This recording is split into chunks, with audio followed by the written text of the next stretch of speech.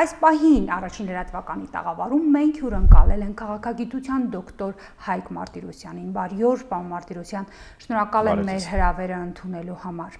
Պարոն Մարտիրոսյան, մինչ Հայաստանում մենք բոլորս պարփակված ենք մեր ներքաղաքական խնդիրների, մասնավորապես Սասնա ծռերի հետ կապված այս իրավիճակից ելքերի փնտրտուքում, շատ կարևոր եւ արագահոս զարգացումներ են ծավալվում անմիջապես մեր հարևան երկրում, որոնք շոշափում են Հայաստանի շահերը։ Երեք տեսանք Բաքվում կայացավ Իրանի, Ռուսաստանի եւ Ադրբեջանի նախագահների գագաթաժողովը, որի ընթացքում հնչեցին կարևոր հայտարարություններ։ Այսօր էլ Սանկտ Պետերբուրգում կայացել է արդեն Թուրքիայի նախագահի եւ Վլադիմիր Պուտինի հանդիպումը, բանակցությունները եւ րոպեներ անց կմեկնարկի համատեղ մամլո ասուլիսը։ Ինչպես գիտենք, վաղն էլ Մոսկվայի է մեկնելու Սերժ Սարգսյանը, որը հանդիպելու է Վլադիմիր Պուտինի հետ, թե պաշտոնական հաղորդագրությունում նշված չէ, որ առանցքային, այսպես քննարկվող հարցը լինելու է Ղարաբաղյան հիմնախնդիրը։ Այնուամենայնիվ, պարոն Մարտիրոսյան, այս զարգացումները մեր շուրջը ինչ են մեզ խոստանում եւ վաղը Սերժ Սարգսյանը ինչով է մեկնելու Մոսկվա։ Եթե կա որևէ մեկը, որ կարող է ասել, որ լավ բաներ են խոստանում, ապա ես պատրաստ եմ շատ ուշադիր լսել եւ դրանից հետո խոսել։ Որևէ լավ բան ես չեմ տեսնում, ցավոք սրտի, որովհետեւ բազմիցս կրկնել եմ, բանակցությունների այն ֆորմատը, որը կա այսօր եւ որում այսօր Հայաստանը ներգրավված է, Հայաստանին որևէ դեպքում, որևէ պարագայում բացարձակապես եւ ընդհանրապես որևէ լավ բան չի խոստանում։ Բանակցությունների այն ֆորմատը, որը դուք նշեցիք, նկատի ունեք ԵԱՀԿ Մինսկի խմբի ֆորմատը։ Ոչ, նկատի ունեմ բանակցությունների էությունը, այն թեմաները, որոնց շուրջ վարվում են բանակցությունները։ Հայտնի է, որ եղել է Մադրիդյան սկզբունքների փաստաթուղթը, եղել է Կազանյան փաստաթուղթ եւ հիմա կա այսպես կոչված, պայմանականորեն կոչված Պուտինյան պլան կամ Լավրովի պլան։ Եվ պետք է նշել, որ միշտ ավելի թարմ փաստաթուղթը նախորդից ավելի վատն է եղել։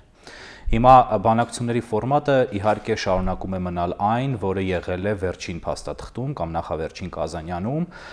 տարածքներ խաղաղության դիմաց կամ տարածքներ կարգավիճակի դիմաց։ Հիմա ըստ շատ խիստ հավաստի տեղեկությունների բանակցությունները վարվում են տարածքներ ավելի կայուն կարգավիճակի դիմաց բանաձևի շուրջ, որը ուղղակի, չգիտեմ, բառեր չեմ գտնում բնորոշելու համար։ Ավելի կայուն իրավիճակի ներողություն, այո, որը այսպես մի հնարովի եթերային, օդային եւ որևէ նախադեպ չունեցող ոչ քաղաքականության, ոչ պատմության մեջ մի ձևակերպում է, որտեղ ամենակարևոր մասը տարածքներ բառն է, այսինքն տարածքներ ինչ որ մի բանի դիմաց։ Այսինքն հայկական կողմը այն հաղթանակը, որը ունեցել է եւ հաղթանակի գրավականը դա տարածքներն են, որովհետեւ ընդհանրապես նկատի ունեցեք բոլոր պատերազմները վարվում են հողի համար կամ հիմնականում հողի համար եւ եթե դու պատերազմում հայտարարում ես, որ դու հաղթել ես, բայց հետո քո հաղթանակի միակ եւ կարեւորագույն գրավականը պատրաստ ես փոխանակել ինչ որ օթային մի բանի դիմաց, ապա դու ոչ թե հաղթել ես, այլ դու խորը պարտություն ես կրել։ Եվ Մարտիրոսյան, դուք նշեցիք, որ ամեն հաջորդող փաստաթուղթ ավելի վատն է լինում, քան նախորդը, արդյոք դա այդպես է, եթե փորձենք հիշել բանակցային գործընթացի նախնական փուլում, մեկ պետության, Քիվեսթյան տարբերակը, ի վերջո չմոռանանք Լևոն Տեր-Պետրոսյանի փուլային եւ փաթեթային, արդյոք սա ամենավատ տարբերակն է։ Նախ հիմա մենք դարձել կանգնած ենք փուլայինի առջև եւ բազմիցս հայտարարվել է արդեն թե միջնորդ պետության կողմից, թե Թշնամի պետության կողմից, որ ընդունելին միայն փուլային տարբերակն է եւ խնդիրը պետք է լուծվի փուլային տարբերակով, Լավրովը բացահայտորեն այդ մասին խոսել է նույնպես, այնպես որ փաստորեն կա վերադարձ Լևոն Տեր-Պետրոսյանի թեզին, ողբերգական թեզին ես կասեի, իսկ խոսելով փաստաթղթերի մասին, ձեզ հետ միանշանակ համաձայն եմ, եղել են շատ ավելի վատ տարբերակներ, բայց մենք խոսում ենք բանակցային երկրորդ այսպես տասնամյակի մասին։ 2007-ից հետո, այո, երկրորդ տասնամյակի մասին, որը մի փոքր ավելի այլ փուլ է, որը կարելի ասել արդի շրջանն է եւ այլ իրականություն է, հատկապես Լևոն Տեր-Պետրոսյանի ցավոք ոչ անվերադարձ հեռանալուց հետո։ Ներեցեք, դուք նշեցիք, որ հիմա գնում է տարածքների վերադարձի շուրջ բանակցությունները։ Ոչ թե վերադարձի, այլ հանձնման, տարածքները Ադրբեջանին չեն պատկանում։ Այո, ներողություն։ Հանձնման շուրջ ուրեմն բանակցությունները, պարոն Մարտիրոսյան, 3 Բաքվում հիշատակածս եռանախագահների այդ հանդիպումը, այս առումով սա ինչ կարող է տալ, 3 էլ հնչեցին Ղարաբաղի մասին տարբեր հայտարարություններ եւ Իրանի եւ Ռուսաստանի եւ Ադրբեջանի նախագահների կողմից, այդ հայտարարություններին հետևելով ինչ տպավորություն ունեք, այդ 3-ի կողմից ինչ դիրքորոշում է այս պահին առաջ տարվել։ Տեսեք, երեկվա հանդիպում ունի 2 կոմպոնենտ, դա հրապարակային հայտարարությունների մասն է եւ երկրորդը դա մասնավոր թեյախմության մասն է։ Ինձ համար առավել կարեւոր է մասնավոր թեյախմության մասը, իհարկե մենք որևէ դետալներ չգիտենք եւ դժվար չէ թե առաջիկայում իմանանք, մենք կարող ենք միայն կռահել։ Ինչ վերաբերում է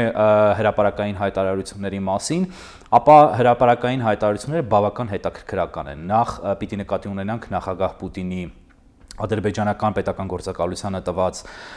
հարցազրույցը, որտեղ իհարկե շատ գեղեցիկ խոսքեր են ասվում եւ շատ ոգևորիչ կարող են թվալ, բայց իրականությունն այն է, որ Ղարաբաղյան խնդիրը ցավոք սրտի, կրկնում եմ, ցավոք սրտի չունի այնպիսի լուծում, որը կարող է բավարարել 2 կողմերին։ Պետք է բավարարված մնա միայն կողմերից մեկը, իսկ կողմերից մյուսը պետք է կրի պարտություն։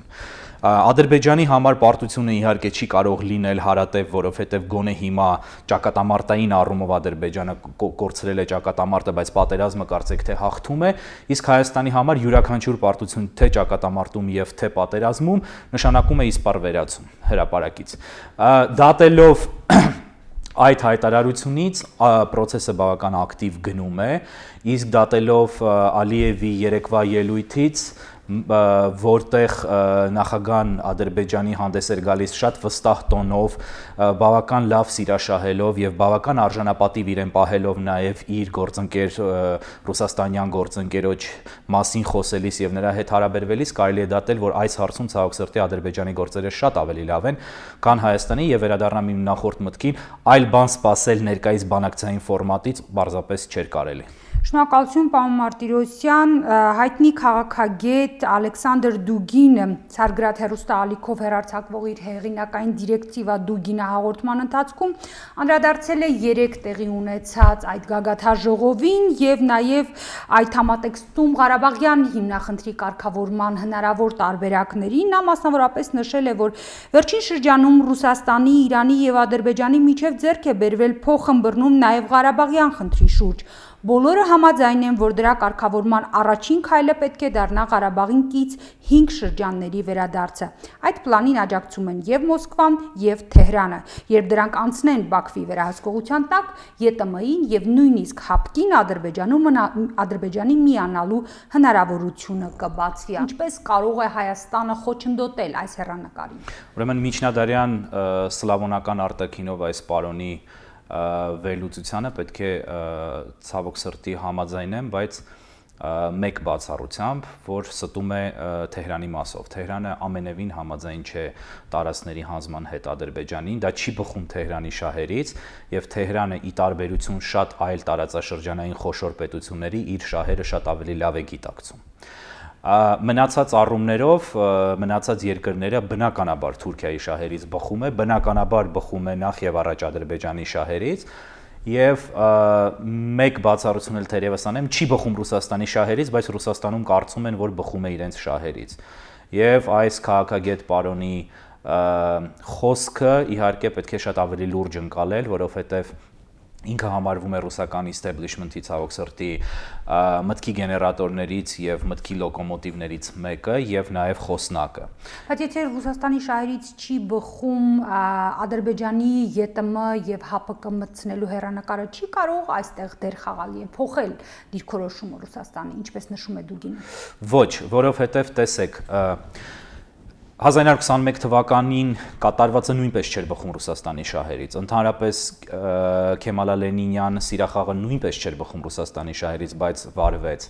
Մոլոտով-Ռիբենտրոպ պակտը նույնպես չէր բխում Ռուսաստանի շահերից, բայց տեղի ունեցավ։ Ռուսական պատմության մեջ ամենևին եզակի չեն դեպքերը, երբ կատարվում են լրջագույն եւ պատմական նշանակության, ես կասեի բիբլիական մեծության քայլեր, որոնք ընդհակառակը հակառակ են ռուսական շահերին, բայց դրանք կատարվում են։ Կա մի իրականություն, վստահություն։ Ադրբեջանը որևէ պարագայում եւ որևէ դեպքում չի մտնելու ռուսական ազդեցության գոտի, իրական ազդեցության գոտի, որովհետեւ Ադրբեջանը իրեն տեսնում է միայն Թուրքիայի ուղեծրում, իսկ Թուրքիան մերձենալով Ռուսաստանին կրկնում է 21 թվականի իրավիճակը։ Այսինքն Թուրքիան էլ երբեք Ռուսաստանի հետ չի կարող լինել բնական դաշնակից։ Թուրքիան կարող է լինել միայն ժամանակավոր դաշնակից։ Այլ խնդիր է, որ ռուսական իստեբլիշմենթում զբաղված են ինքնախաբեությամբ եւ իրենք հավատացած են, որ բխում է Ռուսաստանի շահերից Թուրքիայի հետ այս փուլում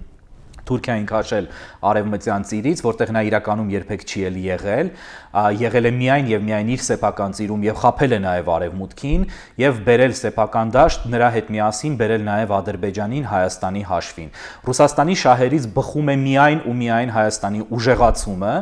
որը կատարվել է ճիշտ հակառակը, կատարվել է Հայաստանի թուլացում, Ռուսաստանի շահերից բխում է միայն ու միայն Հայաստանի մեծացումը եւ հզորացումը, որովհետեւ Ադրբեջանի հզորացումը եւ Թուրքիայի հզորացումը եւ նրանց հնարավոր եւ ամեն ինչ ցույց է տալիս, որ պատմությունը գնում է այն ուղղությամբ, որ Ադրբեջանը եւ Թուրքիան ցամաքային ճանապարհով ուղղակիորեն միանան Զանգեզուրի վրայով, դա նշանակում է Հյուսային Կովկասի կործանում։ Իսկ Հյուսային Կովկասի ընթացքը կոնկրետ Զանգեզուրով միանան։ Իհարկե, հենց նույն բանակցությունները, որոնք վարվում են, նույն շրջանների հանձնելու թեզը եւ այն քարոզչությունը, որը վարվում է Հայաստանում շրջանները հանձնելու ուղղությամբ, դա նշանակում է Ղարաբաղի հայաթափում, դա նշանակում է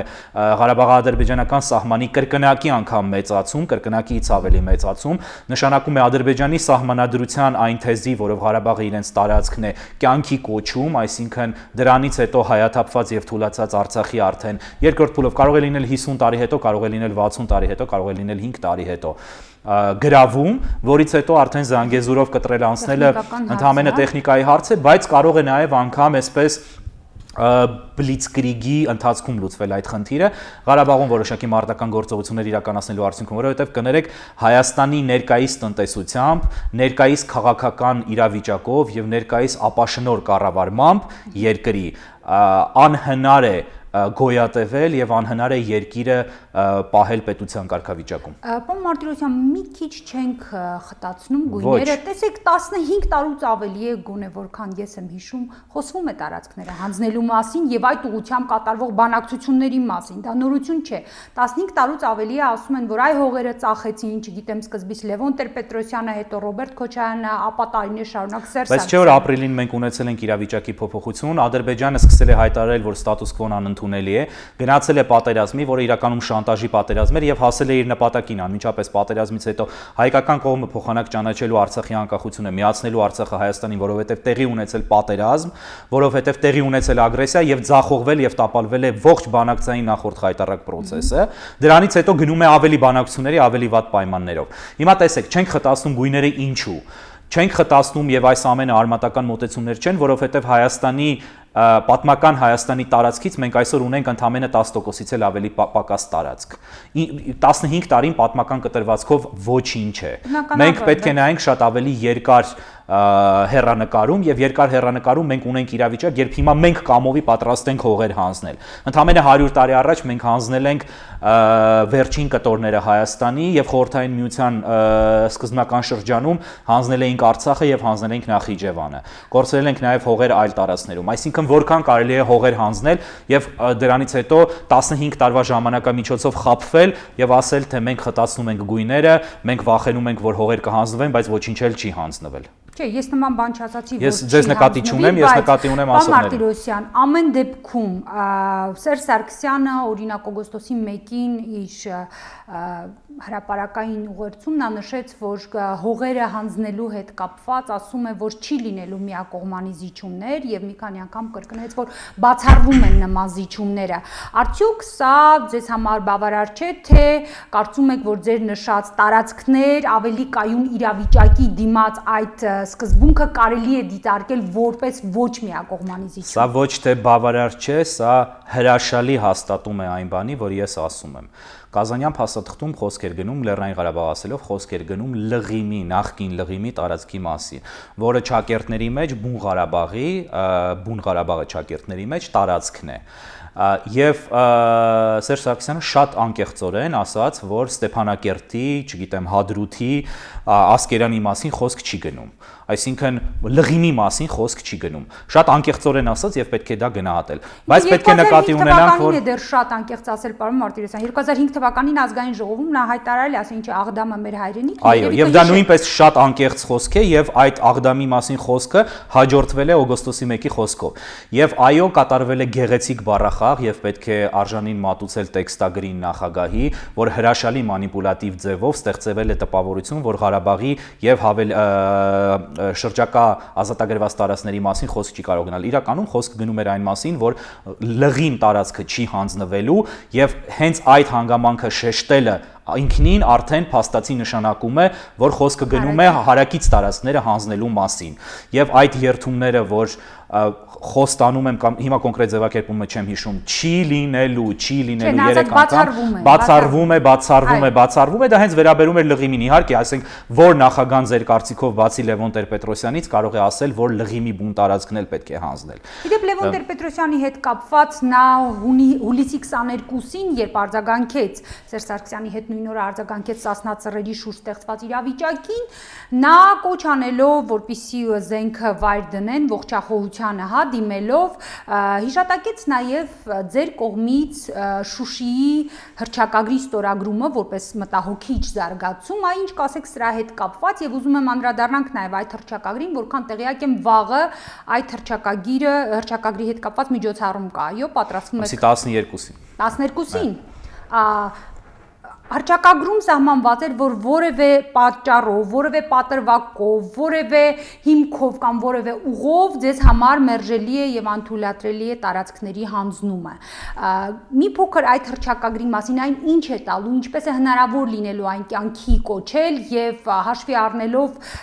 նաեւ այն, թե ովքեր են դրան միացել, ինչպիսի առաջիկա այսպես ծրագրեր կան այն առաջ տանելու հետ կապված։ Հիմա տեսեք, մենք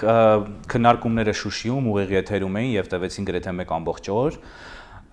Խոսքը գնում է այն մասին, որ Շուշիի հռչակագրի մեխը եւ առանցքը այն է, որ որևէ տարածք չպետք է հանձնվի, այսինքն որևէ հողի հանձնում եւ դրա շուրջ բանակցություններ անընդունելի են։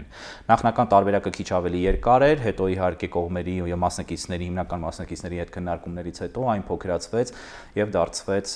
այն, ինչ այսօր կա եւ կա իրականում նաեւ change.org կայքում, որտեղ կարող են բոլորը գնալ համակիրները եւ ստորագրել։ Պարոն Մարտիրոսյան, այսպիսով հետևելով Թուրքիայի եւ Ռուսաստանի նախագահների մամլո ասուլիսում արված հայտարարություններին, ինչ եզրահանգումներ կարող ենք անել, կարծեք թե նշվեց, որ տնտեսական գլոբալ ծրագրերը, որոնք կային մինչև անցած տարվա նոյեմբեր ամիսը, դրանք վերստին վերագործարկվելու են եւ կարծեք թե հնչեցին հայտարարություններ, որ այդ հարաբերությունները վերանորոգվելու են եւ հասցվելու են նախկին մակարդակին։ Արդյոք դա հնարավոր է։ Իսկ ինչու է անհնար։ Կային այդպիսի հարաբերություններ, այդ հարաբերությունները ռուսական ինքնաթիռի կործանումով ոչնչացվեցին եւ հիմա տեսնում ենք լուրջ ջանքեր դրանք վերականգնելու համար։ Եվ անհնարինության որևէ խնդիր այստեղ չեմ տեսնում, մանավանդ որ երկու ղեկավարներն էլ այսպես ասուլիսի ժամանակ տեսանք հատկապես վերջին 1 րոպեվա ընթացքում ասուլիսի բավական այսպես վստահությամբ եւ համոզվածությամբ, որ պետք է վերականգնել, խոսեցին, այսինքն ինչը կարող է խանգարել։ Այն առումով, որ մեր զրույցի սկզբում դուք նշեցիք, որ Ռուսաստանի շահերից, ռազմավարական հեռահար շահերից չի բխում, հա, Թուրքիայի հետ, այսպես մերձեցումը եւ նաեւ անցած տարեվերջին էլ մենք առիթ ունեցել ենք զրուցելու եւ ըսպնդում էիք, որ երկարաժամկետ կտրվածքով Ռուսաստանը եւ Թուրքիան չեն կարող ունենալ ռազմավարական ընդհանուր շահեր։ Իհարկե, բայց կրկնեմ դարձյալ իմ խոսքերը, այն, որ մի բան չի բխում տվյալ երկրի շահերից, ամենևին չի նշանակում, որ տվյալ երկրի հասարակությունը կամ առավել եւս իշխանությունը պետք է անպայմանորեն գիտակցի դա։ Մենք տեսեք, խոսում ենք, չէ, Հայաստանում ունենք նույն իրավիճակը։ Բանակցությունների այս ձևաչափը ամենևին չի բխում Հայաստանի շահերից։ Ընդհանրապես խոսակցությունները տարածքների մասին ոչ միայն չեն բխում Հայաստանի շահերից, այլ բխում են Ադրբեջանի շահերից։ Եվ մենք այդ մասին շարունակում ենք խոսել, հայտնում են մարդիկ, որոնք պնդում են, որ այդպիսի խոսակցությունները անտեղի են եւ մենք իզուր տեղը փոթորիկ ենք անում բաժակի մեջ, երբ խնդիր չկա, դա նույնպես բխում է Ադրբեջանի շահերից իրականում այդպիսի ռեակցիաները եւ ամենևին պարտադիր չէ, որ հասարակության մի հատվածը կամ ասենք իշխանությունը գիտակցեն, թե ինչն է բխում իրենց երկրի շահերից, պատմությունն է ցույց տալիս, բայց կարևորը այստեղ այն է, որ մասնագետները եւ խնդիրը խորությամբ տեսնողները եւ հասկացողները տեսնեն եւ հնչեցնեն ինչ է լինելու առաջիկայում, ինչ կարող է լինել ամենայն հավանականությամբ առաջիկայում, հենվելով պատմության եւ նույնպես քաղաքականության պատմության փորձի վրա։ Այնուամենայնիվ ռուս-թուրքական հարաբերությունների վերաջերմացումը մի կողմից, Իրան, Ադրբեջան, Ռուսաստան փոխգործակցության նույն նոր առանցքի ձևավորումը մյուս կողմից ինչ վտանգներ են ստեղծում մեզ համար, այս երկուսի արանքում մնում է Հայաստանը։ Ասեք, Հայաստանը, երբ խոսում ենք Հայաստանի մասին, խոսել վտանգի տեսակների մասին մի տեսակ սյուրռեալ է։ Հայաստանը շատ փոքրիկ երկիր է, շատ փոքրիկ երկիր, շրջափակված, ոչնչացված տնտեսությամբ, կլանային մտածողությամբ եւ կլանային ինստիտուտներով, չափազանց վատ կառավարմամբ, իշխանության համակարգով այսինքն եւ չափազանց հեշտ մանիպուլացվող հասարակությամբ։ Ես կասեի նաեւ դեգրադացված հասարակությամբ։ Եվ ինչպես միշտ պետք է կրկնեմ, որ պետք է տարանջատենք հասարակությունը եւ ազգը։ Ազգը մնայուն եւ հարատեւ երևույթ է եւ շատ բարձր երևույթ է եւ խոսքը վերաբերում է կոնկրետ այս պարագայում հայ ազգին, ժողովուրդը նույնպես, բայց հասարակությունը անցողիկ մի բան է, դա սերունդն է եւ պետք է արձանագրենք, որ այսօր ներկայիս սերունդը դեգրադացված վիճակում է մեծիվ մասամբ։ Հիմա այս պարագայում խոսել վտանգների մասին մենք չենք կարող, որովհետեւ յուրաքանչյուր վտանգ, որին մենք առնչվում ենք, դա էգզիստենցիալ վտանգ է Հայաստանի նման երկրի համար, փոքրիկ, որևէ հիմք չունեցող, որևէ հումք չունեցող եւ որևէ նորմալ քաղաքականություն չունեցող երկրի համար, որը նաեւ իրեն դրել է ինչ-որ անհասկանալի վասալային կարգավիճակում։ Այսինքն խոսել առանձին վտանգների մասին անիմաստ է, յուրաքանչյուր վտանգ հանգիստ կարող է երկիրը կործանման հասցնել, ասենք 1 կամ 2 տասնամյակի ընթացքում։ Ես խոսում եմ կարճ հեռանկարի մասին, տարածքների շուրջ, Ղարաբաղյան հիմնախնդրի կարգավորման շուրջ, բանակցային գործընթացի հետ կապված, արդյոք process-ը ավելի կարագանա, արդյոք այդ ուրեմն վտանգը տարածքների հանձնման սպառնալիքի տեսքով էլ ավելի այսպես մեծ ճնշմամբ կգործադրվի մեր վրա, արդեն նշեցի, վաղը Մոսկվայում տեղի է ունենալու խոսակցություն Վլադիմիր Պուտինի եւ Սերժ Սարգսյանի միջեւ։ Ձեր հարցում արդեն պատասխանն ինքնին կա։ Ապրիլյան փուլը պատերազմի ակտիվացման լավագույն վկայությունն է, որ տեղի ունենում Իլհամ Ալիևի ցանկությունը, փոխվում է ստատուս քվոն, ստատուս քվոն փոխված է արդեն, 800 հեկտար հանձնված է Ադրբեջանին, հայկական կողմը կրել է պարտություն, դե ֆակտո պարտություն, 109 հերոսներ բացառիկ հերոսությամբ փրկել են ավելի մեծ պարտությունից, մենք կրել ենք նաև բարոյական պարտություն երկրի ներսում, հասարակությունը տրոհված է եւ մեզ պարտադրվում է գիտակցություն, որ տարածքները պետք է հանձնել կամ որ տարածքները հանձնվելու մասին խոսակցություններ չկան, երբ որ իրականում այդ փաթեթը կա եւ հասարակությունը պատրաստվում է մի իրավիճակի, երբ խոսք է գնում այն մասին, որ մենք պատրաստ չենք եւս մեկ պատերազմի, պետք է պատրաստվենք, պետք է այսպես այնպես, բայց ժամանակ չկա իրականում եւ դա նշանակում է, որ կարելի է կռահել, որ տարածքների հանձնումը տեղի չունենա փաստաթղթի միջոցով, որովհետեւ շատերն են հասկանում, թե դա ինչի կհանգեցնի, այլ տեղի կունենա պատերազմի հաջորդ փուլի արդյունքում, հաջորդ ծրացման արդյունքում կամ ընթացքում, որի ընթացքում այսպես կոչված ճակերտների մեջ ամենայն հավանականությամբ շատ հնարավոր է, որ հնարավոր չլինի դարձյալ ճակերտների մեջ հնարավոր չլինի ազատագրված տարածքները պաշտպանել,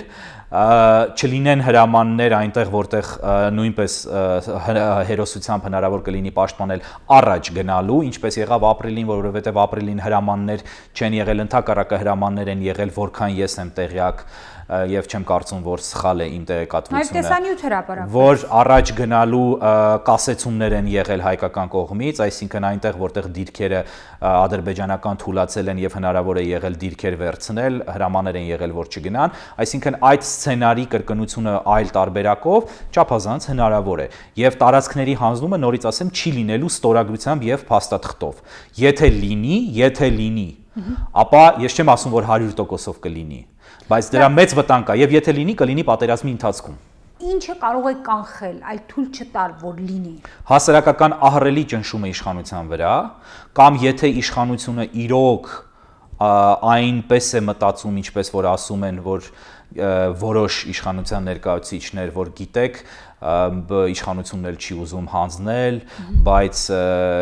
ուղիներ է փնտրում եւ ստիպված է բանակցություններ վարել հանձնելու մասին, չուզենալով հանձնել, այդ դեպքում պետք է իշխանությունը ուղղակի սատարի նրանց, ովքեր պայքարում են հանձնելու գաղափարի դեմ անգամ, բայց ես դրան չեմ հավատում, դա մեծ միֆ է։ Իրականությունը այն է, որ հասարակությունը պետք է հասկանա, մոբիլիզացվի։ Ինչպես կարող է սատարել այն մարդկանց, ովքեր հանդես են գալիս այդ տարածքները հանձնելու դեմ, չհարձակվելով նրանց վրա, չվարելով կեղտոտելու կեղծ սին այսպես փաստարկներով սևացնելու սև PR-ի կամպանիա, ինչպես վարվում է, եւ մասնավորապես իմ նկատմամբ, գիտեք, այսինքն նման էժանագին բաների չգնալու, որովհետեւ եթե դու մեկից, որը խոսում է տարածքների հանձնելու անընդունելիության մասին, գաղափարի անընդունելիության մասին, փորձում ես այդ մարդու դեմ կազմակերպված արշավ վարել, ինչ որ fake account-ներից, որոնք հետո արտատպվում են իրենց կողմից վերահսկվող որոշ երրորդ կարգի կայքերում, ես դա չէի անվանի ԶԼՄ, ստացվում է, որ կազմակերպվում է կազմակերպված հարձակում կոնկրետ մարդկանց վրա, իսկ գաղափարը չի քննարկվում։ Գաղափարը ծաղրվում է, այսինքն վերածվում է ծաղրի այն գաղափարը, որ հնարավոր է տարածքների հանձնումը, եւ դա նույնպես իհարկե բերան փակելու տարբերակ է։ Լավ, պարոն Մարտիրոսյան, եւ եթե փորձենք ամփոփելու լինենք մեր զրույցը, առաջիկայում ինչ պետք է անել այս մեզ համար մտահոգիչ հեռանկարը կանխելու համար։ Դուք նշեցիք հանրային լայն ընդվզում է անհրաժեշտ։ Մենք տեսանք, որ հանրային լայն ընդվզումը կարծեք թե հանրային լայն մոբիլիզացիան չստացվեց։ Չէ, տեսեք, դուք խոսում եք սասնածռերի մասով։ Բայց նրանք փուլը չկա, մենք խոսում ենք էին տարածքների հանձնմանը դեմ հանդես գալիս։ Դա իրենց պահանջներից մեկն էր միայն։ Հանրային մոբիլիզացիան անհրաժեշտ է այս խնդրի շուրջ։ Ընդհանրապես ես գտնում եմ, որ պետք է ձևավորվի ոչ թե ազգային համաձայնության կառավարություն կամ ազգային համաձայնության իշխանություն, որը տարբեր է կառավարությունից եւ խոսք էր գնում իշխանության մասին Սարգսյանի ելույթում, այլ պետք է ձևավորվի ազգային իշխանություն։ Լավ, որոնք են լինելու ձեր քայլերը այդ ուղղությամբ։ Մեր քայլերը կոնկրետ իմ քայլերը նկատի ունեք։ Այո, այն մարդկանց քայլերը, ովքեր պատրաստ են պայքարել թույլ չտալու համար տարածքների հանձնման շուրջ գործողություն։ Տեսեք, ես իշխանություն չունեմ, ես չունեմ կրոնական աղանդ, որ ունենամ, ասենք, հազարավոր, տասնյակ հազարավոր հետևորդներ, ես անում եմ իմ գործը մասնագիտորեն, ես փորձում եմ իմ վերլուծությունները ներկայացնել, մնալով հայ եւ փորձելով առաջ տանել այս ժողովրդի եւ այս ազգի շահերը։ Ես փորձում եմ իմ վերլուծություններով նպաստել խնդրի գիտակցությանը։ Իմ մաքսիմումը դա է։ Դրանից ավել որևէ լծակի ես այսօր չեմ տիրապետում։ Հետևաբար կարծում եմ, որ յուրաքանչյուր ոք պետք է իր գործը անի։ Յուրաքանչյուր ոք իր գործը անելու հետ կապված, օրինակ ընդդիմադիր դաշտի քաղաքական ուժերի զգալի մասը կարծեք թե չունի այս պահին գոնե այդ մտահոգությունը տարածքների հանձնման հետ կապված։ Տեսեք, որովհետեւ նույն Հայ ազգային կոնգրեսի ղեկավարի հայտարարությունը արդեն ես մեջ բերեցի, դուք Հայ ազգային կոնգրեսին եւ նրա ղեկավարին համարում եք ընդդիմադիր, սա նրա ստեղծած համակարգն է, սա նրա ժառանգությունն է եւ ինքը 100%-ով ուզում է, որ տարածքները հանձնվեն, որպիսի իր պատերազմ թե խաղաղություն հոդվածը իրականանա եւ ինքը գնա հանգչելու որպես մարգարեի կերպարով։ Այսինքն դուք ում եք համարում ընդդիմություն, տարօրինակ անները։ Ես անկեղծ ասած հիմա արդեն չգիտեմ թե ում համարեմ ընդդիմություն, որովհետև ընդդիմություն իրականում չկա։ Ընդդիմություն համարում եմ ժողովրդի։ Այո, բայց հասկացեք, կուսակցությունները եւ դասական առումով ընդդիմությունը Հայաստանում ոչնչացած է, փոշիացած է, դա չի նշանակում, որ ժողովուրդն է ոչնչացած եւ փոշիացած։ Ես ընդդիմություն համարում եմ ժողովրդի մի զգալի հատվածին,